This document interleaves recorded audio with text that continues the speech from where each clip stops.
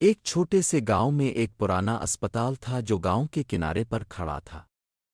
گاؤں کے سب لوگ کہتے تھے کہ یہ اسپتال آسیب زدہ ہے۔ لوگوں کا ماننا تھا کہ اندھیرا ہونے کے بعد اس کے اندر عجیب و غریب چیزیں ہوتی ہیں۔ وہ کہتے تھے کہ روشنی کبھی خود بخود جلنے اور بجھنے لگتی ہے اور عجیب آوازیں حال میں گونجتی ہیں۔ بچوں کو ہمیشہ کہا جاتا تھا کہ وہ کبھی اسپتال کے قریب نہ جائیں، مگر ایک دن 3 دوستوں نے فیصلہ کیا کہ وہ خود جا کر دیکھیں گے۔ علی، سارا اور حمزہ 3 تجسس سے بھرے بچے تھے جنہیں مہمات کا شوق تھا۔ ایک شام جب سورج غروب ہونے کو تھا، وہ اسپتال کے دروازے کے سامنے کھڑے تھے۔ عمارت پرانی تھی، کھڑکیاں ٹوٹی ہوئی تھیں اور دیواروں پر بیلیں چڑھی ہوئی تھیں۔ مجھے نہیں لگتا کہ یہ ڈراؤنا ہے، علی نے بہادر بننے کی کوشش کی۔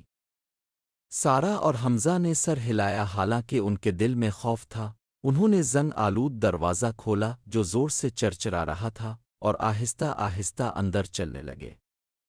اسپتال کے اندر ہوا ٹھنڈی تھی، حالانکہ شام گرم تھی۔ جب وہ ہال میں چل رہے تھے تو ان کے قدموں کی آواز عجیب لگ رہی تھی۔ اچانک انہیں مدھم سرگوشی سنائی دی۔ کیا تم نے یہ آواز سنی؟ سارا نے سرگوشی کی۔ لڑکوں نے سر ہلایا اور وہ تینوں ایک دوسرے کے قریب ہو گئے۔ وہ ایک کمرے تک پہنچے جس کے وسط میں ایک پرانا اسپتال کا بیڈ رکھا ہوا تھا۔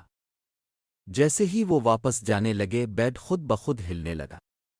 بھاگو! حمزہ چیخا اور وہ تینوں دروازے کی طرف دوڑے۔ لیکن دروازہ خود ہی بند ہو گیا۔ خوفزدہ ہو کر وہ ادھر ادھر دیکھنے لگے کہ باہر کیسے نکلے۔ اوپر لائٹس ٹمٹمانے لگیں اور دیواروں پر سائے دکھائی دینے لگے۔ کون ہے؟ علی نے کپکپاتی آواز میں پکارا۔ کوئی جواب نہ آیا۔ اچانک انہیں ایک آواز سنائی دی جو نرم مگر صاف تھی۔ تم یہاں کیوں آئے ہو؟ بچوں کے قدم جیسے جم گئے۔ آواز ہر طرف سے آ رہی تھی۔ چلے جاؤ جب تک وقت ہے، آواز نے خبردار کیا۔ بچوں کو دوبارہ کہنے کی ضرورت نہ تھی۔ وہ اسپتال سے باہر کی طرف دوڑے۔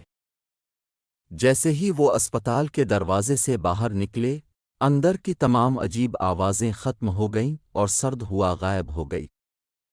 انہوں نے مڑ کر دیکھا تو اسپتال ویسے ہی خاموش اور ساکن کھڑا تھا جیسے پہلے تھا، اور کبھی دوبارہ اس آسیب زدہ اسپتال کے قریب نہیں گئے۔